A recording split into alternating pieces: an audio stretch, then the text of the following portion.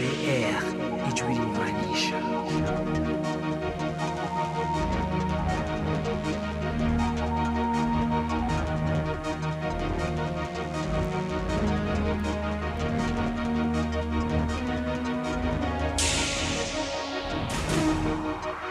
RVR ijwi rinywanisha.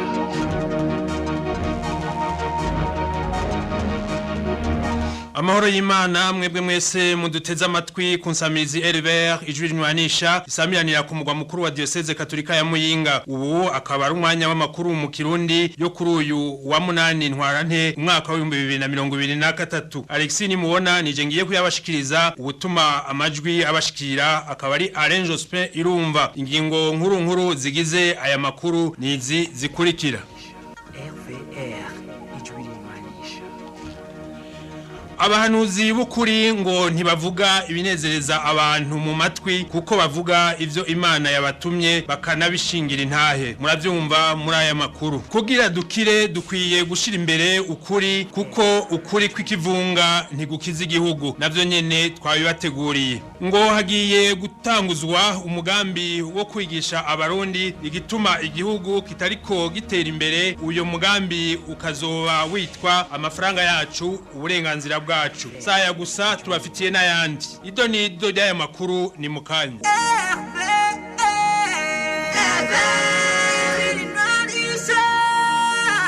RVR ijwi rinywanisha.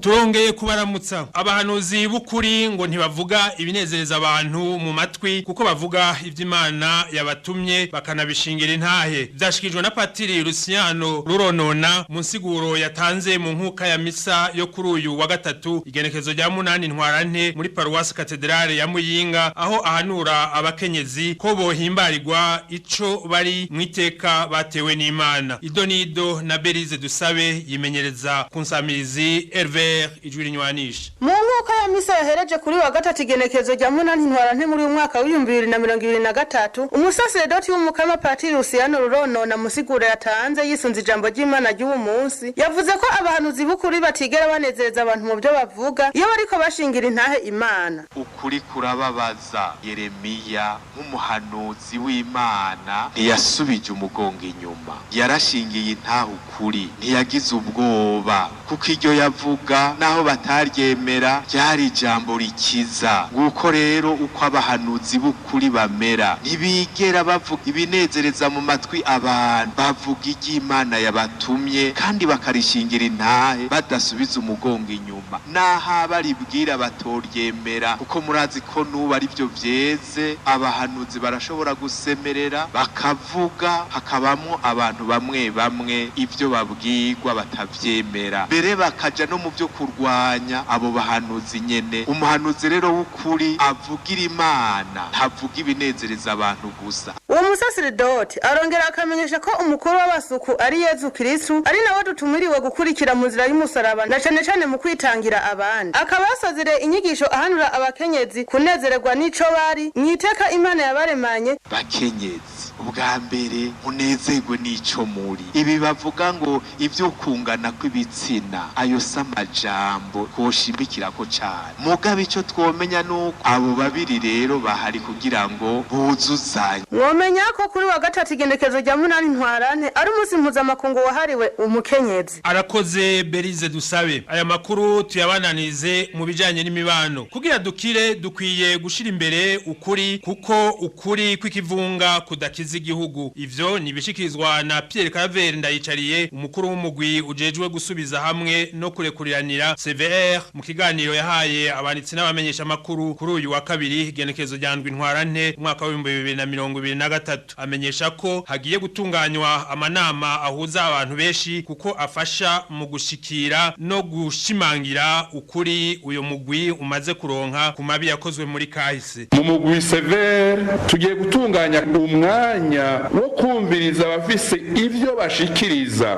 ku mabi akomeye afise ico ahurirako yakozwe muri kahise. Arya manama ahuza abantu benshi afasha gushigikira no gutsindagira ukuri twamaze kuronka mu gihugu, afasha kuva muri kivunga tuve muri ya majambo aba n'abicanyi uguti naka n'umwicanyi naka niwe yankoreye ikibi. Adufasha kubwira abarundi bose yuko kugira dukire dukwiye gushira imbere ukuri, kuko ukuri kw'ikivunga kudakiza igihugu. Ibishikirizwa bifitaniye isano n'imanza zamaze kuba ntabanduka navyo nyene birakigwa n'umugwi severe. Umugwi severe uzovyihweza mu ntumbero y'ukumenya ukuri, ni naho uzoheza ugashikiriza inzego zirongoye igihugu ivyiyumviro n'ivyokorwa ubona ko bikenewe kugira abakorewe amabi basubizwa agateka. Umugwi severe warahawe n'uburenganzira bwo gushobora gusaba ko imanza zamaze kuba ntabanduka zisubirwamwo, hakosogwe amakosa ajanye n'ivy'amategeko. Tugiye kuzorengukisha umuntu wese ashobora guterera kugira ukuri kumenyekane. Umugabo ni umutwe w'urugo, umugore nawe ni umutima w'urugo, bivugwa na Patiri Rono na Luciano, akaba yabishikirije kuri uyu wa gatatu igenekerezo rya 8 Ntwarante uyu mwaka. Ni mu gihe iryo igenekerezo ari umunsi mpuzamakungu wahariwe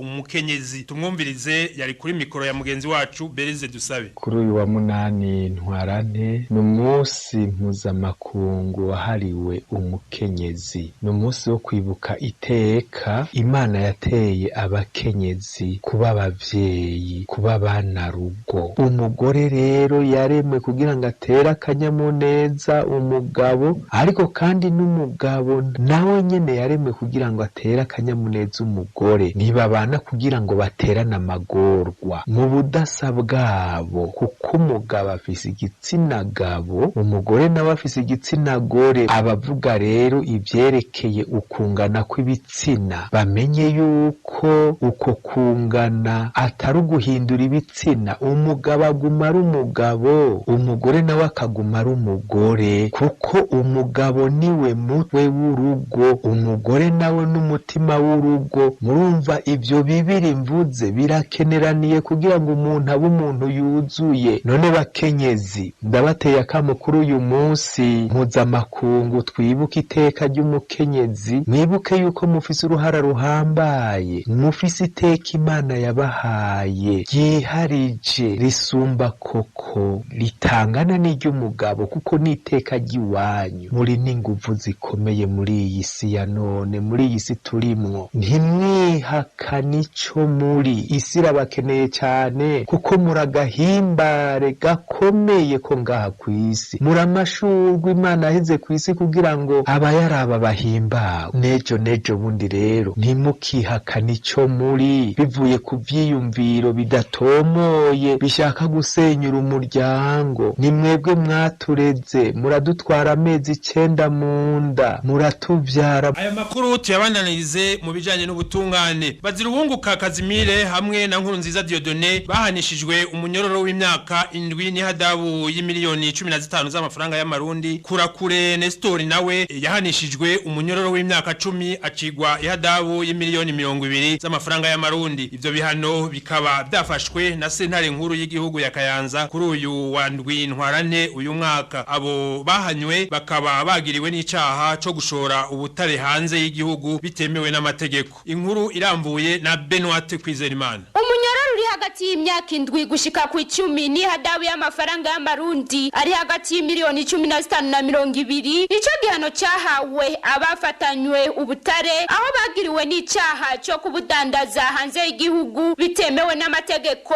mu rubanza rw'ikibiriraho rwaciwe na sentare nkuru y'igihugu ya Kayanza kuri uyu wa kabiri genekerezo rya ndwi Ntwarante uyu mwaka. Urwo rubanza sentare yaciye nino mu kiringo kingana hafi y'amasaha 5 Baziruhunguka Kazmire hamwe na Nkurunziza Dieudonné bahanishijwe igifungo c'imyaka 7 hamwe n'ihadabu y'amafaranga y'amarundi angana ni miliyoni 15 kubera ko bemeye icyaha bakavuga ko bakiriye ubwo butare buvuye Muyinga na Nestor Kurakure batazira Dubai akazofungwa imyaka 10 akongera kariha n'ihadabu y'amafaranga y'amarundi angana ni miliyoni 20 kubera ko yaburanye atemera icyaha cyo kurungikira ubwo butare abo bagabo babiri. Sentare yemeje kandi ko ubutare bwose bafatanywe buzoshikirizwa ikigo BM Office Burundais des Mines mu rurimi rw'igifaransa, amafaranga nayo agashigwa mu kigega ca leta n'umuduga wari ubupakiye nawo nyene ugahabwa leta. Twabamenyesha ko abo bagabo batatu bakatiwe ivyo bihano bafashwe inyuma yaho umushikiriza amanza mukuru wa parke ya Kayanza avuze ko bakiriye ikirego c'Abaziruhunguka Kazmire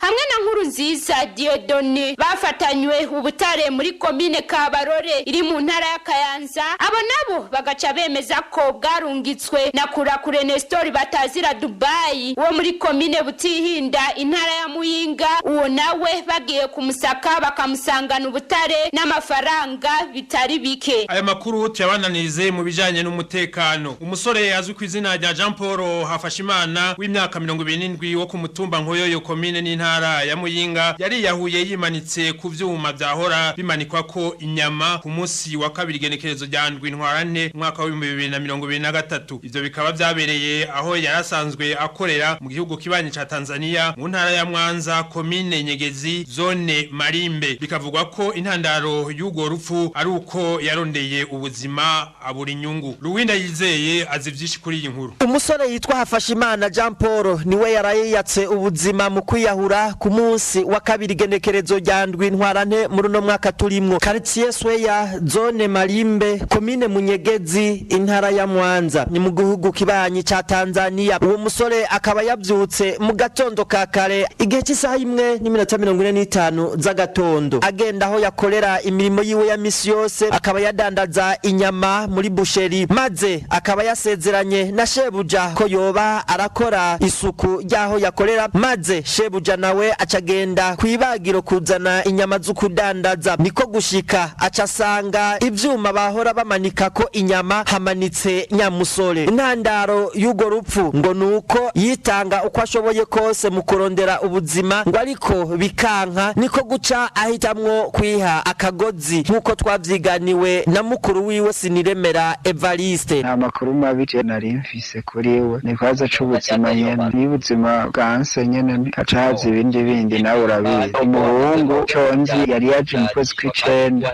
ubuzima yaburondera mukoze ambwira ko vyanka nyene ngararonda ubwongo ntibikunda, rero bidakunze hari umuntu aca yigira inama atari nziza. Yego amakuru adushikira ava ngaho imwanza mu gihugu kibanyi ca Tanzania atumenyesha ko umukoresha uwo musore ubu ari mu minwe y'abajejwe umutekano kumvo z'amatohoza. Nayo abajejwe intwaro bo ngaho mu gihugu kibanyi ca Tanzania imwanza bagahanura abanyagihugu baho ko naho vyokwanka ubuzima bukankirikana ngo ntiboja kuyahura ngo ahubwo boja ku mavi bagasenga canke bakaraba igituma bataronka ubwo buzima. Twabamenyesha ko Hafashimana Jean Paul yaraye yiyatse ubuzima yavuka ku mutumba wa Nkoyoyo komine n'intara ya Muyinga ni mu gihugu c'u Burundi, akaba yari umusore w'imyaka 27 akaba atari bwubake. Tumushimire Ruwinda yizeye ngo hagiye gutanguzwa umugambi wo kwigisha abarundi igituma igihugu kitariko giratera imbere. Nibishikirizwa na Faustin Ndikumana arongoye ishirahamwe Parseme mu vyo rijejwe harimwo kwigisha abarundi uko bo kwiteza imbere no guhindura ingendo. Uwo mugambi ukazoba witwa amafaranga yacu uburenganzira bwacu. Akamenyesha ko abanyagihugu bategerezwa kumenya uko amafaranga y'igihugu akoreshwa. Ni nkuru dukesha mugenzi wacu Rashid Nizigimana imenyereza kuri insamirizi RVR ijwi rinywanisha. Ngo amahera yacu n'uburenganzira bwacu. Ivyo vyaraye bishikirijwe na Faustin Ndikumana arongoye ishirahamwe Parseme risanzwe rijejwe kwigisha abarundi guhindura ingendo babone kwiteza imbere. Kubw'uwo murongozi ngo nta gutera imbere mu gihe abarundi badashobora kumenya ukuntu amakori batanga ingena akoreshwa. Uwo mugambi rero utanguye witwa bonne gouvernance renforcée préalable à la croissance économique. ekonomi no kuvuga abarundi bagomba kumenya yuko nta vuduka ryo gutera imbere ruranse ekonomike rishoboka ata muco uboneka n'ingana amafaranga ya leta akoreka ivyo mubwirizwa ubimenya ingana sesa bagakoreshwa nabi mu muryango basesagura nta terambere rishoboka murambwira umuryango wateye imbere basesagura no ku gihugu nuko amahera akoreshwa nabi anyuruzwa ivyo bintu rero vyamaze kuremera abarundi haragezeho rero abarundi batanga ikori birirwa barangara ku makori bamenye ingene ayo makori batanze bagaruka kandi n'uburenganzira bwabo nico gituma tuvuga tuti ni notre argent notre droit ni amahera y'iwacu atangwa n'abarundi kandi n'uburenganzira bwacu kumenya ingene akoreshwa biri mu mategeko yose y'igihugu mu ibwirizwa shingiro n'ayandi yabandanije amenyesha ko bagiye gufasha umukuru w'igihugu mu gutuza biba leta. Turabanza tugashima utwigoro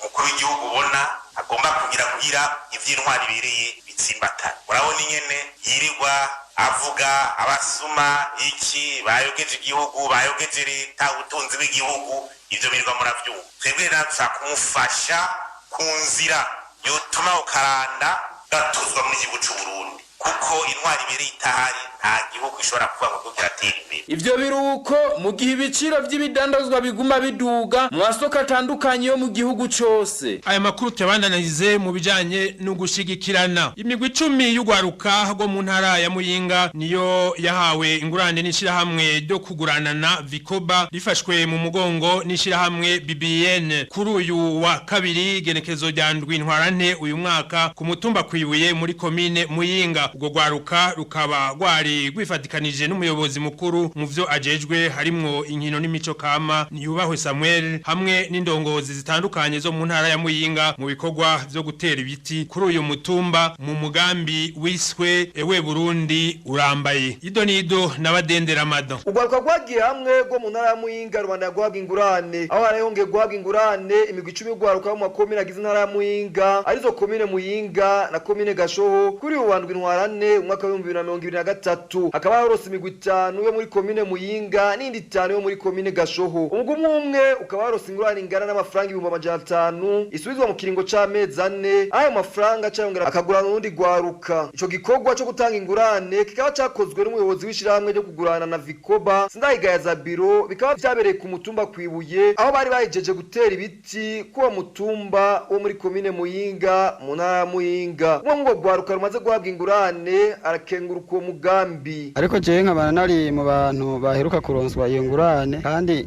twayishuye nabo turi kumwe dushika 30 bitagoranye bivanye n'ibikorwa twayikoresheje. Mukoze umugambi ugoye canke umugambi udashoboka mu mwanya muto urumva amahera aragoye kwishura. Bisaba yuko rero boyakoresha umugambi bona boshobora kunguka kugira ngo hagire akunguko ayo mafaranga yobasigira. Korangiza tubamenyesha ko mu ntara ya Muyinga hari imigwi 190 yose hamwe akaba bamaze guhabwa ingurane imigwi 25. Ugwaruka rwose ruri muri iyo migwi rukaba ruzobana ya guhabwa ingurane.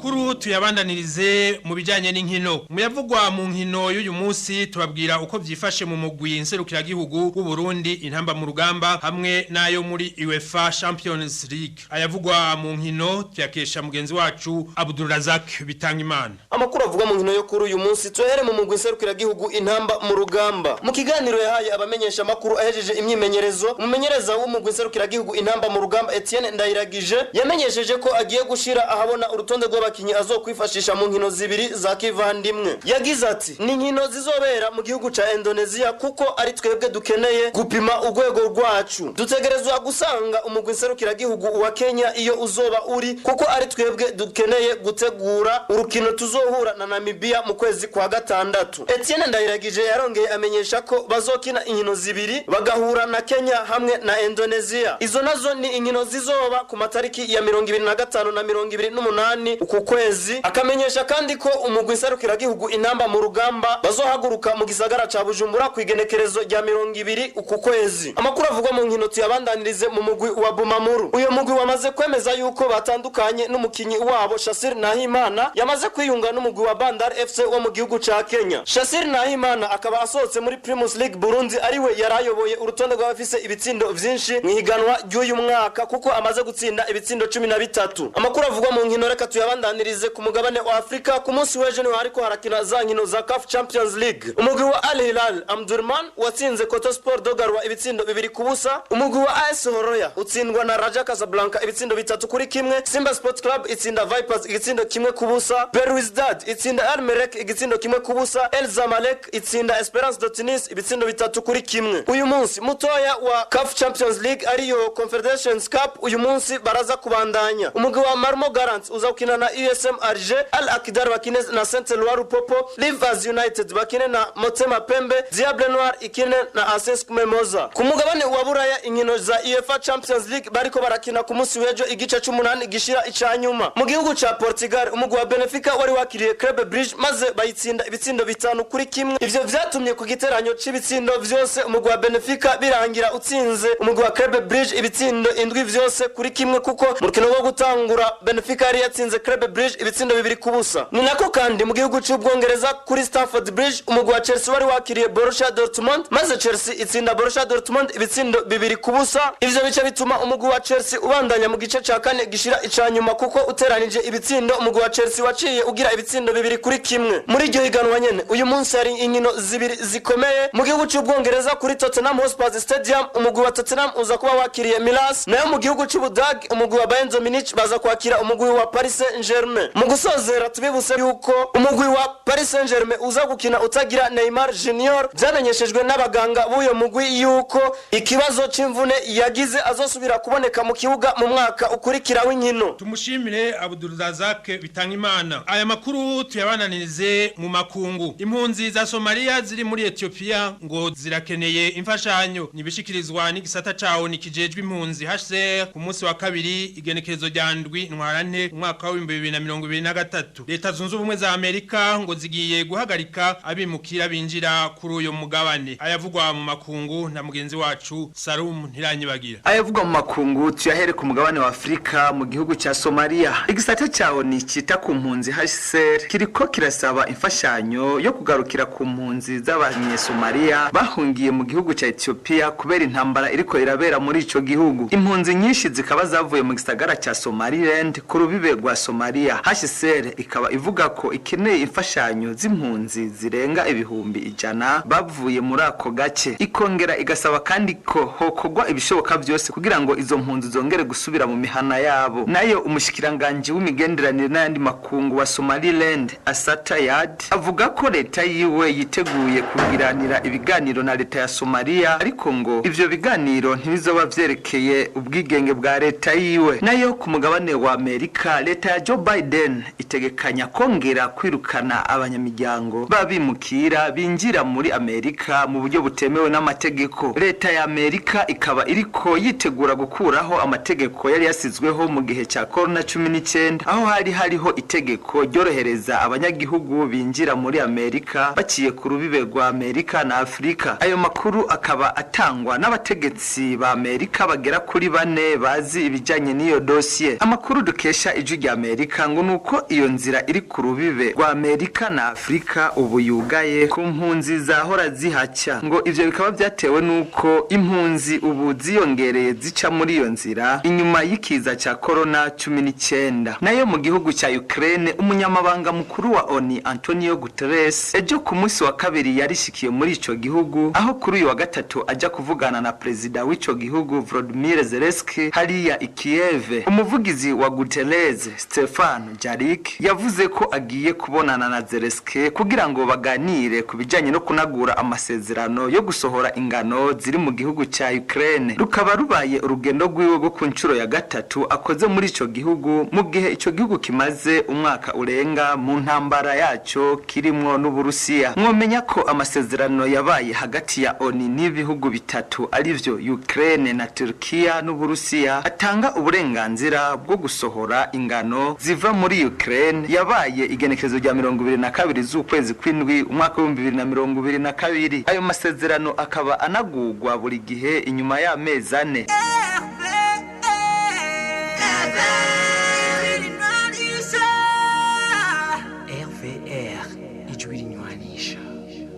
Kuru twariko turabashikiriza tuyasozereye kuri haguruka ukore y'uyu munsi idushikana mu gisagara ca Muyinga kuwitwa Hakizimana Arcade asanzwe atembereza ibitumbura muri ico gisagara, akaba ashima ibikorwa vyiwe nubwo hatabura intambamyi. Ahamagarira ugwaruka gukura amaboko mu mpuzu bakareka gusuzugura akazi. Tumwumvirize, yari kuri mikoro ya mugenzi wacu Eliezer Harerimana. Nitwa Hakizimana Arcade, abamvuka mu ntara ya Kayanza. Akazi nkora nsanzwe ntembereza ibitumbura ngaha mu gisagara ca Muyinga, kandi maze ukwezi n'igice. Ukwezi kwa mbere amafaranga je nacenda yabika kugira ngo ngire ico nanje nzokwimarira. Kuri ivyo rero hari ikibazo kimwe. Ikibazo tugira nuko bivanye n'ibitumbura dukora, amakoto yarazimvye, urashobora kwereka igitumbura umuntu akakubwira ngo ni gito bivanye nuko we wagikoze wabonye ukuntu ibintu bimeze. Uco rero usanga ingorane zigenda zibizo, ariko je wanje ndabonamwe akarusho kubera yuko nta kindi kintu sivyo amakoto gusa atuzibira. Nta yindi ngorane je wanje ndabambona. Nakaye kamotera ugwaruka ruheze makuru. Nosaba ugwaruka gose gwicaye ku mariga yuko guhaguruka rugakura amaboko mu mpuzu kubera kwicara nta kamaro karimwo. Hasaba yuko bo kwihanura bose bicara ataco bakora, hagira akazi na kamwe bagaya kubera yuko naje nasanze kwicara mu nta kamaro karimwo ugatireka mbe ndahiga ubuzima bukebuke. Ubu ndabona nkoza amezi 2 nzoba nanje ndi nico nimariye kandi n'umuryango wanje nzohava ngira ico ndawumariye. Nino ngaha turangirije aya makuru, ariko kuba dufatiye hagati na hagati mudukundire tubasubiriyemwo ingingo nkuru zari ziyagize. Abahanuzi b'ukuri ngo ntibavuga ibinezereza abantu mu matwi, kuko bavuga ivyo Imana yabatumye bakanabishingira intahe. Mwavyumvise muri ano makuru. Kugira dukire dukwiye gushira imbere ukuri, kuko ukuri kw'ikivunga ntigukiza igihugu. Navyo nyene mwavyumvise. Hagiye gutanguzwa umugambi wo kwigisha abarundi igituma igihugu kitariko kiratera imbere. Uyo mugambi ukazoba witwa amafaranga yacu uburenganzira bwacu. Turabakengurukiye cyane mwebwe mwese mwaduteze yompi. ALEX NIMUBONA yabashikirije fatikanije na Jospin irumva mu buhinga bw'ivyuma. Turabikebanuye mubandanye mukurikirana ibiganiro bica aha kunsamizi RVR ijwi rinywanisha. Naho ubutaha. RVR ijwi rinywanisha.